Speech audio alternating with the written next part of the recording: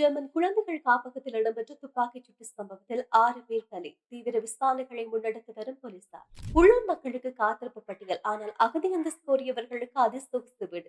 Britain அரசினுடைய ரகசிய திட்டத்தால் கொதிப்பில் மக்கள். MH370 விமான திட்டம் ஒப்பந்தத்தை மேலும் 1 ஆண்டு காலம் நீடித்து மலேசிய அரசாங்கம். கனடாவில் வீட்டை இழக்கும் அபாயத்தில் இருப்பவர்களுக்கு 5000 வரை வட்டியில்லா கடன். ஒன்றாரியோ அரசு எடுத்திருக்கின்ற புதிய திட்டம்.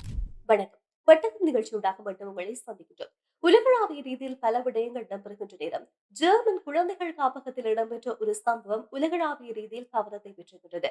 வடக்கு ஜெர்மன் பகுதியில் அமைந்திருக்கின்ற குழந்தைகள் காப்பகத்தின் மீது ஒரு துப்பாக்கிச் சூட்டு சம்பவம் இடம்பெற்றிருக்கிறது. இந்த சம்பவத்தில் 4 பெண்கள் உட்பட மொத்தமாக 6 பேர் பலியாகி இருக்கின்றார்கள். ஹாங்காங் நகருக்கு அருகாமையில் அமைந்திருக்கின்ற இந்த குழந்தைகள் காப்பகத்துக்குள் நுழைந்த ஒரு நபர் தொடர்ச்சியாக துப்பாக்கிச் சூட்டை நடத்தி இருக்கின்றார். அங்கிருந்தவர்கள் மீது இந்த சரமாரியான துப்பாக்கிச் சூட்டு சம்பவத்தில் காயமடைந்து மொத்தமாக 5 பேர் சம்பவ இடத்திலேயே பலியாகி இருக்கின்றார். ஒரு நபர் மருத்துவமனைக்கு கொண்டு செல்லப்பட்டு தீவிர சிகிச்சை அளிக்கப்பட்டிருந்தாலும் கூட அவர் சிகிச்சை பலனின்றி அவரும் உயிரிழந்திருக்கிறார். எனவே மொத்தமாக இந்த சம்பவத்தில் 6 பேர் பலியாகி இருக்கின்றார்கள். இந்த 6 பேரும் அந்த காப்பகத்தில் பணியாற்றி வந்த ஊழியர்கள் என்பது முதல்கட்ட விசாரணைகள் மூலமாக தெரிய வந்திருக்கின்றது. மேலும் படுகாயமடைந்த பலர் இப்போது வரைக்கும் தீவிர சிகிச்சை பிரிவில் அனுமதிக்கப்பட்டிருக்கின்றார்கள்.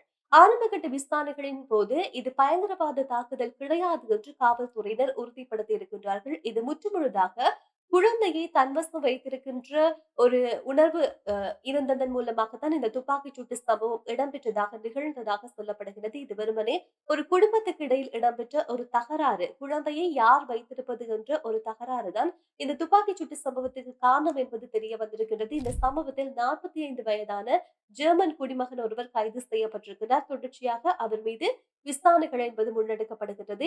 இந்த துப்பாக்கிச் சூட்டை நடத்திவிட்டு அவர் அங்கிருந்து காரில் தப்பிச் செல்ல முயற்சி செய்த போது அந்த காரை நோக்கி 15 முறை துப்பாக்கிச் சூட்டை நடத்தி இருக்கின்றார்கள் போலீசார்.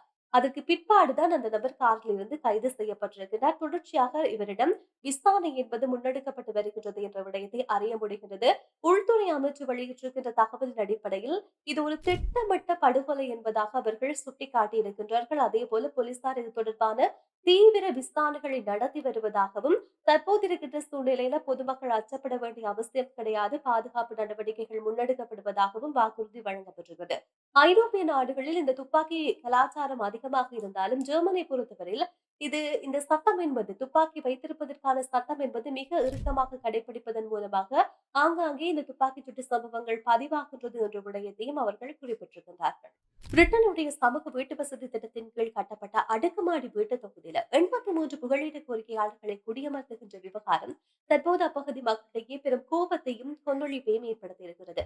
தலா 2,50,000 மதிப்பிலான இந்த வீட்டு தொகுதி குறைந்த வாடகையை பெறுகின்ற அதிநவீன வசதி வாய்ப்பு கொண்ட ஒரு வீட்டு தொகுதியாக கட்டப்படுகின்றது.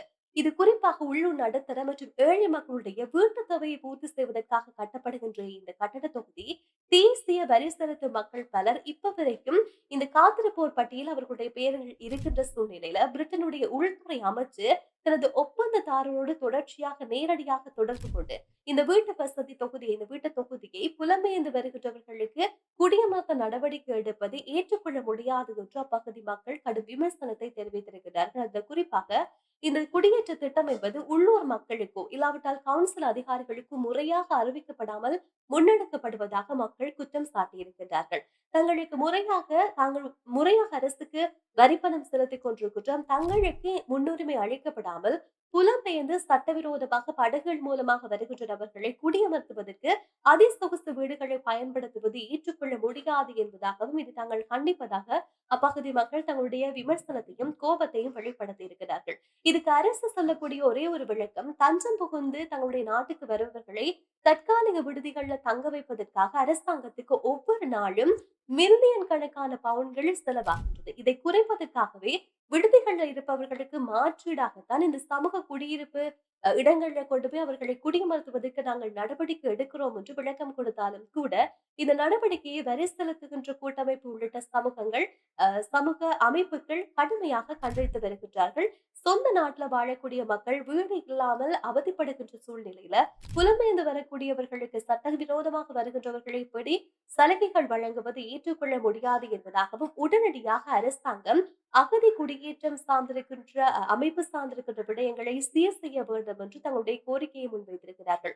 தொடர்ச்சியாக பிரிட்டனுக்குள்ள சட்டவிரோதமாக வருகின்ற புலம்பெயர் நபர்கள் மூலமாக தொடர்ச்சியாக பல பிரிட்டன் மக்கள் இன்னல்களை சந்தித்து வருவதாக தொடர்ந்தும் குற்றச்சாட்டுகள் அதிகரித்து வருகின்றது. அண்மையில பதவி விலகிய ஸ்டார்மர் கூட அவர் பதவி விலகுவதற்கு சரியான புலம்பெயர்ந்த கொள்கையை இல்லாத காரணத்தினால் அவர் பதவி விலகுவதற்கு மற்றொரு காரணம் என்று நம்பப்படுகிறது. இப்படியான ஒரு சூழ்நிலையில மீண்டும் இந்த புலம்பெயர் சார்ந்திருக்கின்ற பிரச்சனை, புலம்பெயர் மக்களுக்கு உள்ளூர் மக்களுக்காக கட்டப்படுகின்ற அதிசொகுசு வீடுகளை வழங்குவது என்பது அந்த மக்கள் மத்தியிலே பெரும் கோபத்தையும் அரசாங்கத்தின் மீதான வெறுப்பையும் அதிகரித்து வருகின்றது. கடந்த 2014ஆம் ஆண்டு 239 பயணிகளோடு மர்மமான முறையில் காணாமல் போன மலேசியன் ஏர்லைன்ஸ் நிறுவனத்துக்கு சொந்தமான MH370 ரக விமானத்தை தேடுகின்ற பணி என்பது 1 ஆண்டுகளுக்கு நாங்கள் நீடிப்பதாக மீண்டும் அறிவிப்பு வெளியாக இருக்கின்றது. ஆழ்கடல் ஆய்வு நிறுவனமான ஓஷன் இன்ஃபினிட்டி நிறுவனத்தோடு தான் இந்த ஒப்பந்தத்தை நீடிப்பதாக, அதற்கான அனுமதியை பிரதமர் வழங்கியிருப்பதாகவும் அறிய முடிகின்றது. மலேசியாவுடைய போக்குவரத்து அமைச்சு வெளியிட்டிருக்கின்ற அந்த அறிக்கை அவதானிக்கின்ற நேரம் இந்த ஒப்பந்த காலம் என்பது 2026 ஜூலை மாதம் 1ஆம் தேதி முதல் 2027 ஜூன் 30ஆம் தேதி வரைக்கும் இந்த கால நீடிப்பை நாங்கள் செய்வதாகவும், அதே நேரம் இந்த விமானம் கண்டுபிடிக்கப்பட்டால் மட்டுமே கட்டணம் வழங்கப்படும் என்ற நிபந்தனைகளை அடிப்படையாக கொண்டு இந்த கால அவகாசத்தை மேலும் நீடிப்பதாக தெளிவுபடுத்தப்பட்டிருக்கிறது. அதாவது விமானத்துடைய சிதைந்த பாகங்களை கண்டுபிடிக்க மட்டுமே இந்த ஓஷன் இன்ஃபினிட்டி நிறுவனத்துக்கு 70 மில்லியன் அமெரிக்க டாலர்கள் வழங்கப்படும். ஒருவேளை பாகங்கள் கண்டுபிடிக்கப்படாத பட்சத்தில் எந்த விதமான பணமும் வழங்கப்படாது என்ற நிபந்தனையின் அடிப்படையில் தான் இந்த கால அவகாசம் என்பது மேலும் நீடிக்கப்பட்டிருக்கிறது. இந்த இதுவரைக்கும் தென் இந்திய பெருங்கடல் பகுதியில தேடுதல் பணி என்பது தொடர்ச்சியாக முன்னெடுக்கப்படாமல் இருக்கின்ற 7428 சதுர கிலோமீட்டர் பரப்பளவை முற்றுமுழுதாக தேடுவதற்கான ஒரு கால எல்லையாக கூட இந்த ஒரு வருடம் பார்க்கப்படுகிறது. குறிப்பாக இதுல ஒரு சிக்கல், தொடர்ச்சியான சிக்கல்கள் நீடித்துக் கொண்டிருக்கிறது. அதுல மிக முக்கியமாக இந்த ஓஷன் இன்ஃபினிட்டி நிறுவனத்துடைய பிற வணிக ரீதியிலான கப்பல்கள் பிற கடமைகளுக்காக சென்றுகிறது. இந்த தேடுதல் பணியில முன்னெடுத்து செல்கிறதுக்கான பயன்படுத்தப்பட்ட மிகப்பெரிய பெரிய கப்பல்கள் வேறு வேறு வணிக நடவடிக்கைகளுக்கு பயன்படுத்துவதன் மூலமாக இந்த கால எல்லை என்பது அவர்களுக்கு தேவைப்படுகின்றதாக நம்பப்படுகிறது. எனவே 2026 நவம்பர் முதல் 2027 ஏப்ரல் வரை இந்த பணி என்பது தற்காலிகமாக நிறுத்தி வைக்கப்பட்டு, அதற்கு பிறகு கடலுடைய அலை அந்த குறையக்கூடிய 2027 ஏப்ரல் கால பகுதிக்கு பிறகு கடலுக்கு அடியுள்ள இந்த தேடுதல் பணி என்பது முன்னெடுக்கப்படும் என்று ஒரு விளக்கமும் வழங்கப்பட்டிருக்கிறது. கோலாலம்பூரில் இருந்து சீனாவை நோக்கி புறப்பட்டிருக்கின்ற போயிங் 777 ரக MH370 விமானம் 2014ஆம் ஆண்டு மார்ச் மாதம் 8ஆம் தேதி புறப்பட்ட சிறிது நேரத்திலேயே ரேடார்ல இருந்து காணாமல் போயிருந்தது. இந்த செயற்கைக்கோளின் தரவுகளை பார்க்கின்ற நேரம் அந்த விமானம் தென்னிந்திய பெருங்கடல் பகுதியில விழுந்து விபத்துக்குள்ளானதாக நம்பப்படுகிறது.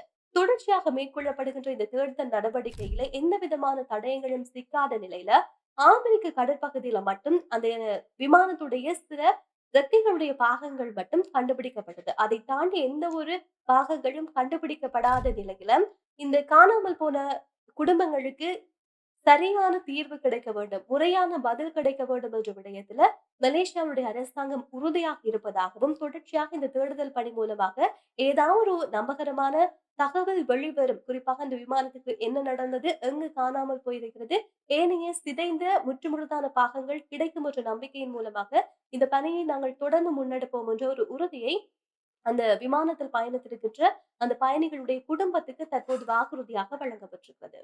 கனடாவுடைய கிபெக் மாகாணத்தில் மொன்றியல் நகர்ல இருக்கின்ற இந்த வாடகை செலுத்த முடியாமல் வீட்டு வாடகையை இழக்கின்ற நிலையில் இருக்கின்ற ஏழை மற்றும் நடுத்தர மக்களுக்கான ஒரு புதிய திட்டம் என்பது நடைமுறைக்கு வருகின்றது. இந்த திட்டத்தின் கீழ் தகுதி உள்ள வாடகைதாரர்களுக்கு வட்டி இல்லாத கடன் வசதியை வழங்குவதற்கு தற்போது நடவடிக்கை எடுக்கப்பட்டிருக்கிறது. கிபெக் மாகாணத்துல வழக்கமாக பெரும்பாலான மக்கள் வீடு மாறக்கூடிய அந்த ஜூலை 1ஆம் தேதிக்கு முன்பாக 48 மணி நேரத்துக்கு முன்பாக இந்த அறிவிப்பு என்பது வெளியாக இருக்கிறது. இந்த புதிய திட்டத்தின் கீழ் பொருளாதார ரீதியாக பின்தங்கி இருக்கின்ற, வாடகை செலுத்த முடியாமல் பாதிக்கப்படுகின்ற வாடகைதாரர்களுக்கு $5000 கடனாக வழங்கப்படும். இந்த கடனுக்கு எந்த விதமான வட்டியும் அறவிடப்படாது. இந்த வட்டி இல்லாத கடனை நீங்க 5 ஆண்டுகளுக்குள், வருகின்ற 5 ஆண்டுகளுக்குள் நீங்க செலுத்த முடியும் என்ற ஒரு நிபந்தனையும் உங்களுக்கு சலுகை மூலமாக வழங்கப்பட்டிருக்கிறது. இந்த திட்டத்தினுடைய முதல் கட்டமாக சுமார் 150 குடும்பங்கள் இதன் மூலமாக பயனடைவார்கள் என்று நம்பப்படுகின்றது. அதே நேரத்தில் தற்போது இருக்கின்ற இந்த வீட்டு பிரச்சனை என்பது வீட்டு பற்றாக்குறை காரணமாக நிலவவில்லை. பெரும்பாலானவர்களுக்கு வீட்டை அந்த வாடகையில பெற்றுக்கொள்றதுக்கான திறன் குறைவாக இருக்கிறது. ஏனென்றால், வாடகை இப்போது கணிசமான அளவு அதிகரித்திருக்கின்றபடியினால, அந்த தொகையை குடுத்து வாடகைக்கு பெற்றுக்கொள்வது என்பது மக்களுக்கு சிரமமாக இருக்கின்றது. அதன் காரணமாக தான் இந்த வீட்டு பிரச்சனை இருப்பதாக மேயர் தெளிவுபடுத்தி இருக்கின்றார். எவ்வாறாக இருந்தாலும், மக்கள் தங்களுடைய வீடுகளை இழப்பதற்கு முன்பாகவே அவர்களுக்கு உதவ வேண்டும் என்ற நோக்கத்தை அடிப்படையாகக் கொண்டுதான் இந்த புதிய திட்டம் என்பது கொண்டு வரப்படுவதாகவும் தெளிவுபடுத்தப்பட்டிருக்கிறது. எப்படி இருந்தாலும் இந்த கடன் வசதி என்பது வழங்கப்பட போகிறது. வட்டி இல்லாத கடனாகத்தான் இது வழங்கப்பட போகிறது. ஆனால் இந்த வட்டி இல்லாத கடன் திட்டத்தின் மூலமாக மக்களுடைய வரி பணத்தில இருந்து எவ்வளவு தொகை செலவழிய போகிறது என்று முழுமையான புள்ளி விவர அறிக்கைகள் எதுவும் வெளியாகவில்லை. இருந்தாலும் இப்ப இருக்கிற சூழ்நிலையில வீட்டை பெற்றுக்கொள்ள முடியாமல், வாடகை செலுத்த முடியாமல் திண்டாடுகின்ற மக்களுக்கு இந்த வட்டி இல்லாத கடன் உதவி என்பது பெரிய உதவியாக இருக்கும் என்பது நம்பப்படுகிறது. எனவே இந்த திட்டத்தின் மூலமாக தாராளமாக இந்த வாடகைக்கு வீடுகளை பெற்றுக்கொள்ளக்கூடிய, குறைந்த வருமானம் பெறக்கூடிய ஏழை மக்கள், இல்லாவிட்டால் நடுத்தர மக்கள், கஷ்டப்படக்கூடியவர்கள் இந்த வாய்ப்பை பயன்படுத்திக் கொள்ளலாம் என்ற அறிவுறுத்தலும் விடுக்கப்பட்டிருக்கிறது.